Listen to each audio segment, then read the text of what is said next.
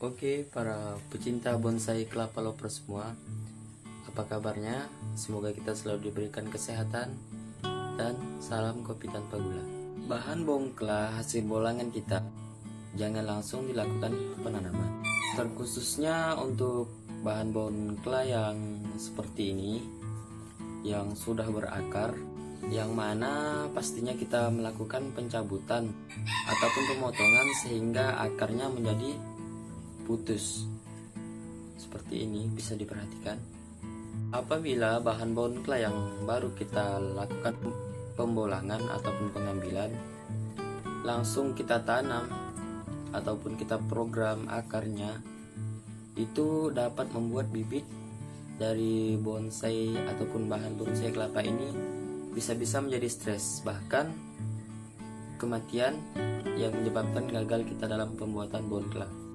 Oke, jadi berikut perlakuan-perlakuan yang harus kita lakukan untuk mengurangi tingkat stres pada bahan yang ingin kita buat menjadi bonsai kelapa, yakni sebagai berikut.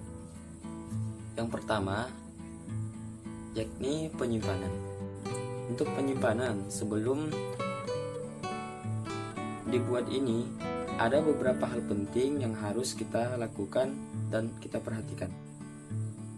Hal-hal penting tersebut yaitu sebagai berikut. Yang pertama, posisi penyimpanan. Maksud dari posisi penyimpanan di sini, sebaiknya bahan tersebut dibaringkan tetapi seperti ini, terbalik gitu ya. Supaya apa? Supaya akar pada tanaman ini yang pertama itu tidak patah, khususnya tidak patah. Yang kedua yaitu jika kita ibaratkan ini kaki ini kan putus gitu kan. Jadi apabila kaki putus dan kita posisikan kakinya seperti ini, bahkan ini kakinya, maka pendarahan akan cepat terjadi. Itu ibarat pada kaki.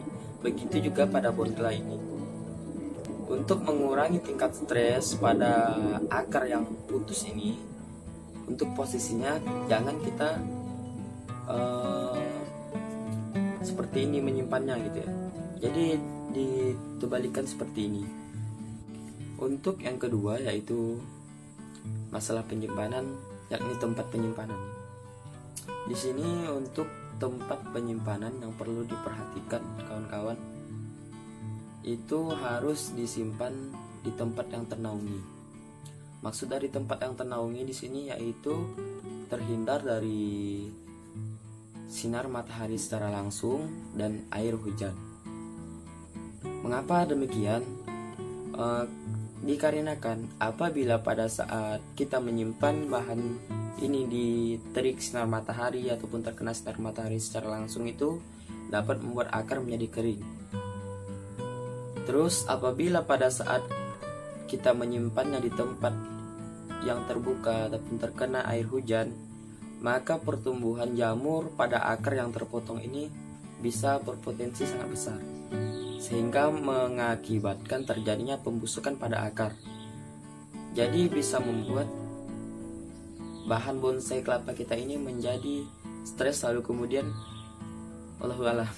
Setelah proses penyimpanan sudah berlangsung 1-2 hari, maka hal penting kedua yang harus kita lakukan, proses perangsang akar. Apa maksud dari perangsang akar di sini? Bertujuan untuk memicu pertumbuhan pada akarnya. Pada akar dari bahan bongkla kita ini kita berikan perangsang gitu ya. Terus kita percepat gitu pertumbuhan akarnya melalui proses awal ini. Ini bukan program akar yang di media air ataupun media tanah, ini yang sebelumnya. Jadi pada saat kita menyimpan itu kita sudah mulai melakukan perangsangan pada akar dari bahan bonsai kelapa. Memberikan perangsang akar pada bahan bonsai kelapa kita ini dapat dilakukan dengan cara sebagai berikut. Yang pertama, apabila kita ingin membuat bentuk bonsai kita itu mengekspos dari batok, Maka sebaiknya sebelum kita berikan perangsang akar, itu sabutnya kita kelupas dulu. Kita buang semua sabutnya, barulah kita lakukan pemberian perangsang akar. Dan jika kita ingin membuat bentuk kelapa yang ori ataupun menyertakan dengan serabutnya, maka tidak perlu kita lakukan pengepasan. Selanjutnya kita melakukan proses pemangkasan pada akar-akar bahan bonsai kelapa kita yang pecah. Maksudnya di sini pada saat kita mencabut itu kan, ataupun kita mendongkel bahan bonsai kelapa ini, tentunya ada akar-akar yang pecah akibat pencabutan kita. Akar-akar tersebut sudah tidak bisa lagi bertambah untuk tumbuh gitu. Karena kenapa? Karena kambium pada akar tersebut sudah terpisah. Jadi perlunya kita lakukan pemangkasan sampai batas dari akar yang pecah sampai ke akar yang tidak pecah. Seperti itu.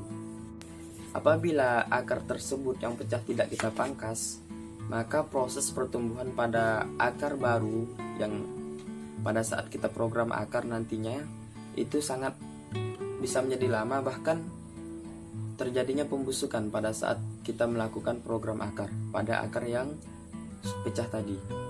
Jadi untuk minimalisir hal tersebut, maka kita lakukanlah proses pemangkasan. Jadi nanti untuk akar yang baru langsung tumbuhnya pada akar yang tidak pecah.